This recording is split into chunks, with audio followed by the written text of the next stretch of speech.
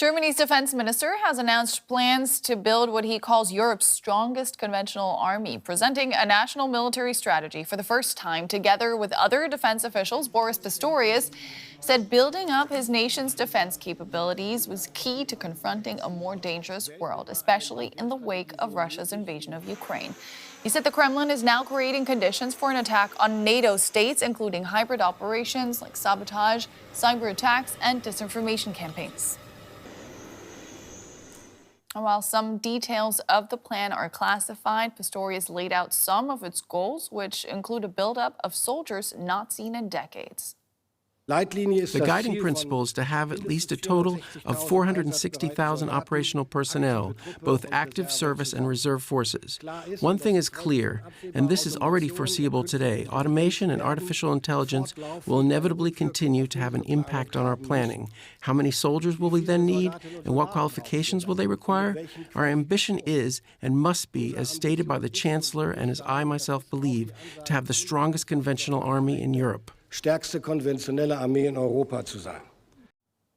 Boris Pistorius there speaking today. A short while ago, I spoke to our chief political correspondent, Haase, and asked her how the German defense minister plans to go about building the strongest conventional army in Europe. Well, Boris Pistorius' plan that he presented today, actually surrounded by all of his most important people, is a complete overhaul, Nicole. Germany will grow the force from a current 185,000 soldiers to 260,000, plus they want a massive reserve of 200,000, and so that would then create 460,000 deployable troops. And they've also given themselves not just this plan, but also a strategy, and that shifts from counting tanks to essentially focusing on impact, on effects. So they want to have long-range precision strike, they want air and missile defense, drones and cyber. But the measures also included ideas to cut red tape and modernize the German army. So, for example, every internal rule within the Bundeswehr automatically will get a sell-by date, and if that rule proves unuseful after 1 year, that rule disappears. Germany's new military strategy is heavily informed by the perceived threat from Moscow. How exactly does the government plan to deter Russia?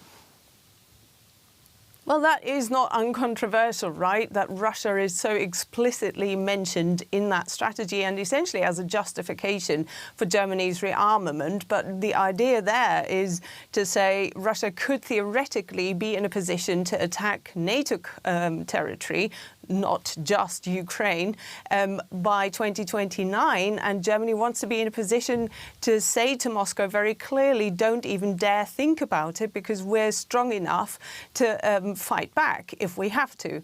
And so the strategy does name Russia as the primary threat and prepares for such a scenario so that it doesn't happen. And Germany does want to provide the core land forces for NATO in Europe and invest heavily in air defense. And here in Berlin, they speak of a so-called one theater approach. So they're not just focusing on Russia, but they're trying now to link Europe, the Middle East, the Indo-Pacific, and they do want to become more agile. They do want to be able to respond to these threats and to all those challenges worldwide in a coherent approach.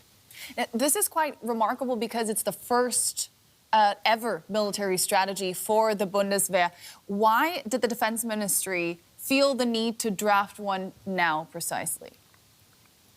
Well, they've had broader security guidelines so far, individual papers, of course, but Boris Pistorius says that a military strategy has never been as necessary as in this historical phase right now.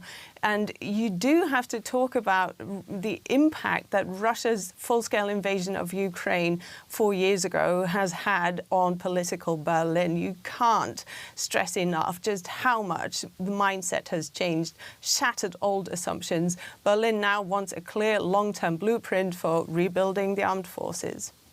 And the U.S., at this precise moment in time, wants to reduce its commitment in Europe. Can Germany and its regional partners compensate that? Are they in a position to actually step up in a way that could fill these footsteps?